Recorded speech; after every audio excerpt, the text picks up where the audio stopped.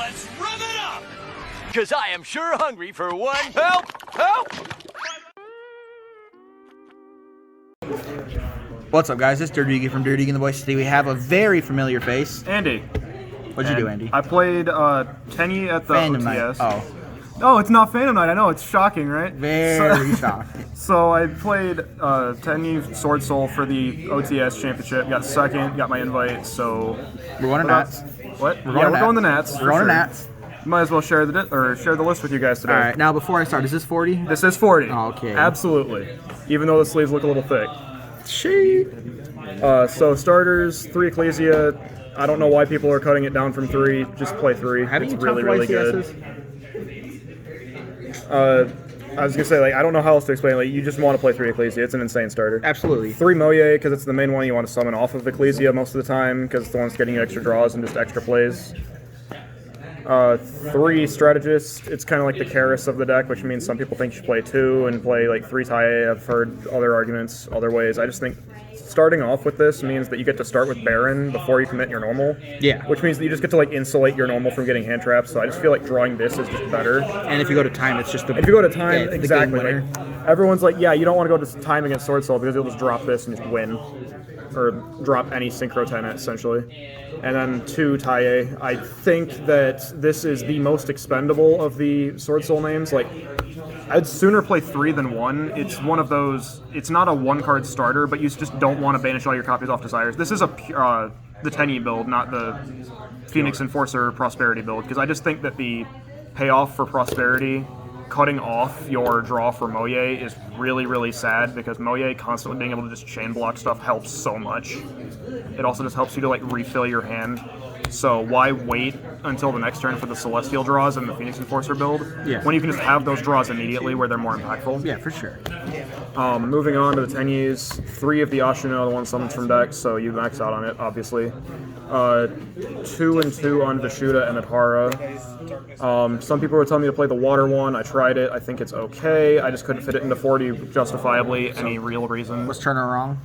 I don't think he was wrong. I think the water is actually very strong. I just cannot find room for it more than anything. Like, essentially, since these are, like, this is your grind game, just recycling back cards for free, just making sure Grandmaster's banishing the, like, your Moyes, Taies, your follow-ups, and just making sure that you have recursive follow-ups off these, and Vishuda is, like, your... If you're drawing this going first, it's not bad, because you're still being able to just like special level 7 and using this as your normal summon, or just drawing this or Vessel to send this and make sure that you always have a Synchro 8 without normal summoning. But Vishuda going first doesn't remove cards. Like, this card going second is absolutely insane. I just don't think that I can justifiably bump up the numbers and keep the math on a 40-card list reasonable. It'd be hard. It would be very difficult. And then the only hand trap that's a monster that I played was 3 Ash, because I just like, I felt like I was going to be losing to stuff like Red Eyes Fusions, Fusion Destinies, stuff like that. And sure enough, one of my only losses in Swiss was to the Sword Soul Phoenix Enforcer build, because he top decked Fusion Destiny, I didn't have Ash. Yeah. So it'd be like that. We tried to prevent it from happening, but you know. You played it for a reason, then you didn't draw it with a reason. Draw it for the reason, Yep, exactly. Sounds right. 3 Emergence, it's the Rhoda for the Sword Souls, like obviously you max out on this. 3 Vessel, it's essentially like the Foolish for any worm, not just Tenyis. People keep getting surprised by that. And then you search a Tenyi based on controlling a non-effect monster or not. Making sure that this always helps you get to the light Tenyi so that you always have the free summon from deck, and making sure that you always have like...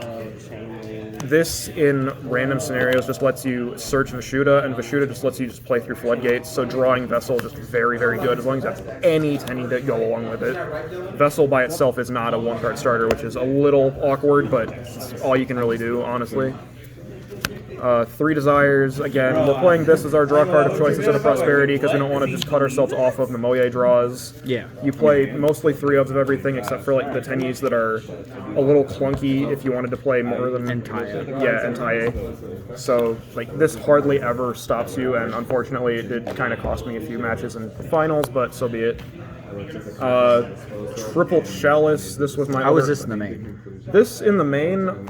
Honestly, like, as long as you're not getting paired up against decks that summon Dragoon, it's going to overperform every time. Yeah. I think this is probably just I don't think it's necessarily better than Droplet, but I don't think it's worse either. You're still trying not to get like Scythe locked. You're not trying to get like DPE, just like being the obnoxious Dryden like that it is.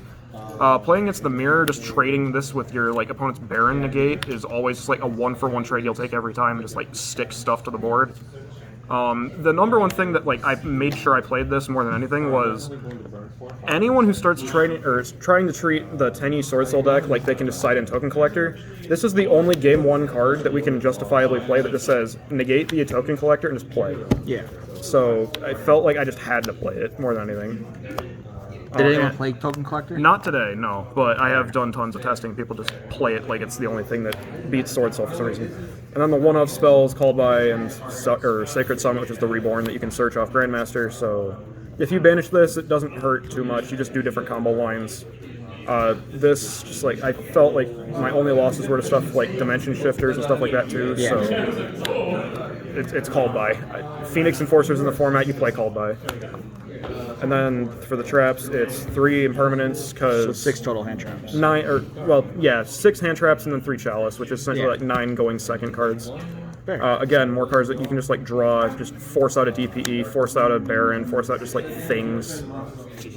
I don't know other ways to explain it. It's just felt like the only other safe way that you can just like draw it for turn and still just crack a board. And then the one-of traps were just the 1 blackout and 1 order.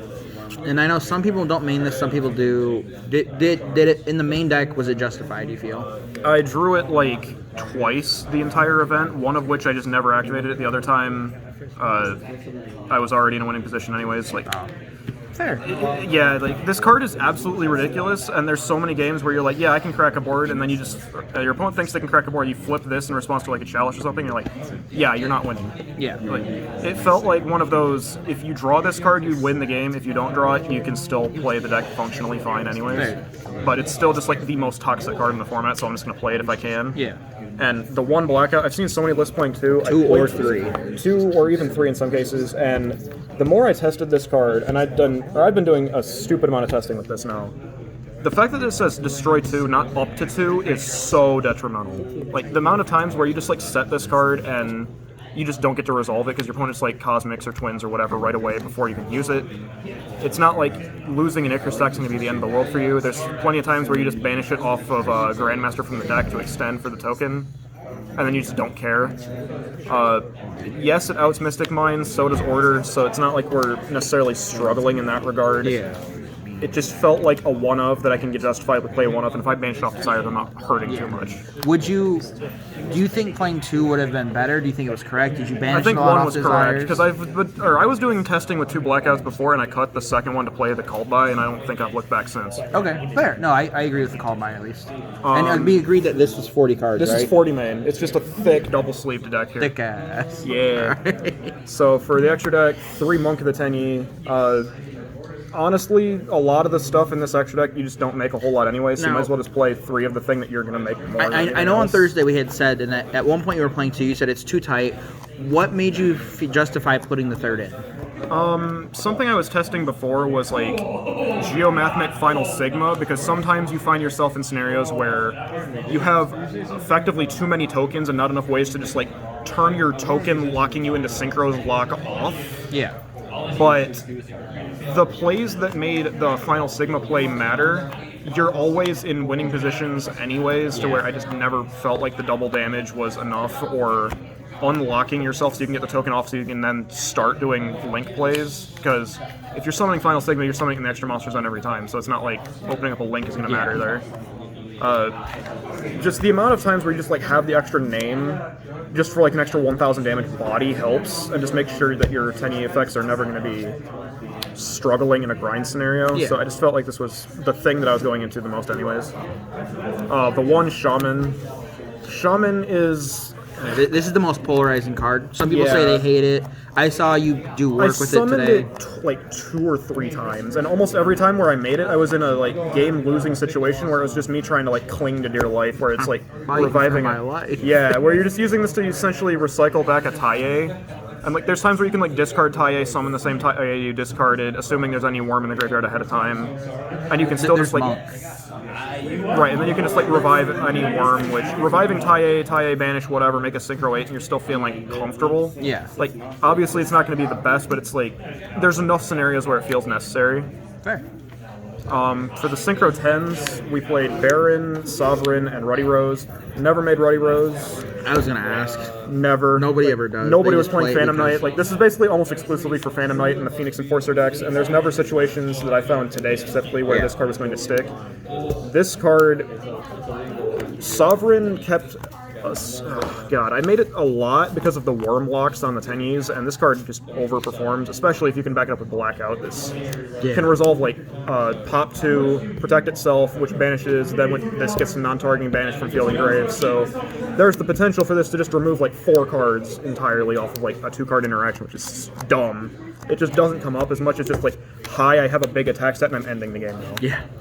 And Baron is Baron. This card is like the main Synchro 10 you want to play more than anything, because it's the negate, it tags out, it just does plenty of stuff for you. Reviving back Taie in a grind game because your opponent didn't effectively kill it even though they made it the negate, just ends games on its own. Now show me my favorite card. Yeah, so for the Synchro 8s and other things beyond the 10s, Not that. two Grandmaster. My favorite one. You'll see soon. I've never felt like I needed a third Grandmaster. The way that this card is on like hard once per turn on either one of its effects, you're going to use the search on your opponent's or your turn. You're going to use the negate on your opponent's turn. Yeah. There's not really many ways to say it. Like 2 is fine. Like you'll search the extender, like the reborn. You'll search the trap. Like it just depends on the hand, but it works. 2 Boxia, because I felt like if there was anything in the Synchro 8 that I wanted, it was the worm type lock option that says non-destructive removal, and shuffling stuff back into the deck is insane. The fact that this card has a second effect that is not a hard once per turn, to just revive a level 4 or lower engrave, can just lead to so many other plays. So did you summon, I know you summoned the one, but did you summon both of them in the same game ever? Rarely, but it did come up a few times. Okay. Where, like, there's sometimes where you'll use Boxia, you'll pop itself to revive, like, either the Moye or the Taie, whichever one you haven't used, and then you'll use the effect of that one, and you'll just make a second Boxia, and you'll, like, shuffle 2 more cards back, so you just, like, disassemble boards shuffling 4 back. It does come up enough to, like, matter. The only other... yeah, there we go. Draco Berserker. This is my favorite one. Draco Berserker, like... This card, I don't think I ever used it for the Boral Sword effect, but I definitely had like the non-targeting banish against like Sky Striker, especially when they go like Ray effect, revive, and use Chain to banish it. It's so dumb. Yeah, that card's crazy. This card just has like so much utility, and even having a Tenyi name means that even under the Shaman lock, you still have like a good option. Yeah. I think I made it like 2 or 3 times today. It was still really good. Dragite made it once, and it traded with a Chalice Negate, so it was good enough. Yazi, because sometimes Taie changes levels by banishing one of the spells. I know this is one of the flex spots, but did you make Yazi it? Would you have changed it? I made Yazi, I think, twice today. One of them was it impactful? It was impactful to win the game because I got paired against like rogue decks where I got paired against like Mind Burn, and like he Ojama Trio'd me, and I turned those Ojama Trio tokens and then Adhara into this and just went pop itself, pop a card, summon from deck, and then went off from there. So yeah, the 7 does matter, and then the 9. Did this ever come up? Today, no, because I didn't get paired against matchups where it's insane. But like at the previous locals where I went 4-0 with this deck, I made it like 5 times. It's a walking floodgate against lights because you'll make it using Boxia and the Adhara tuner. And then if it dies, it searches any tuner, so either Ecclesia for a starter or Ash for just generic interruption, as well as I forgot. sometimes it was a tuner. Yeah. And then you also just sometimes get to get a free summon from deck because you popped a card of your opponent's off of like Blackout. So it just has a ton of like good utility effects. It comes up enough. And then for the side, triple Lancia because the format demands it. I've probably said it in every profile I've done for the channel by now.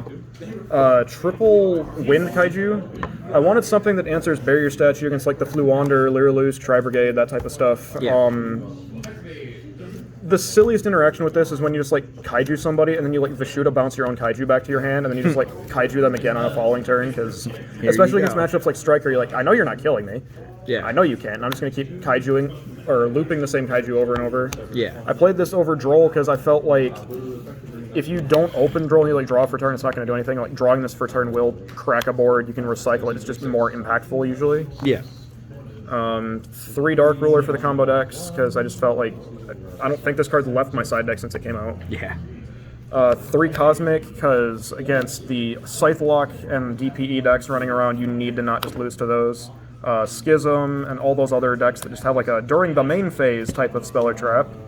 Phantom Knight with the rank up spell if they're playing that build for some reason, even though everyone's on the Scythe Phoenix Enforcer build now. Trading with Fog Blades is still really good. Yeah. Trading with the Fluwander trap that's only next to normal on the main phase. You can just shotgun this in the draw phase. There's enough other interactions where this just matters. Yeah, for sure. Then the rest of it's just like one-offs, like 1 Duster, 1 Reboot, just blowouts, and then the Protos. Oh. This card, I think I dropped like once or twice today. Now, I've seen some people play this in the main deck. This card is very iffy to me. Like, there's plenty of matchups, like Phantom Knight, for example, you just drop this and you win the game instantly if you won the die roll. Or not win the die roll, but just go first in any scenario where you just say, oh, I'm just going to pop, call Darks, and you win the game instantly. I did play this against the Mirror, or at least the Phoenix Force build of the Mirror today, where I popped a Moye that I revived off the spell, and then called Water, popping my Moye, and he just can't summon tokens, so he just cannot play the game because of this, so I win instantly. Yeah. It's a really, really good card. You search it off Emergence. I don't think that there's enough scenarios where you can just drop this and end the game just based on the amount of setup required for it. Especially when there was, like, at this event, there was a disturbing amount of, like, Invoke Shadal type decks where this is just never going to do anything. Yeah. So, yeah, it's good. It's just not the matchups that was good against today, so that's how it is. Any shout-outs? Shout-outs to Starlight Games, part of the team now. Shout-outs to Dirty Yugi and the boys behind the camera. Shout-outs to Turner from Starlight for helping me get a lot of the initial theory crafting for the build, and yeah, that's about it. All right, this is Dirty Yugi from Dirty Yugi Boys signing out.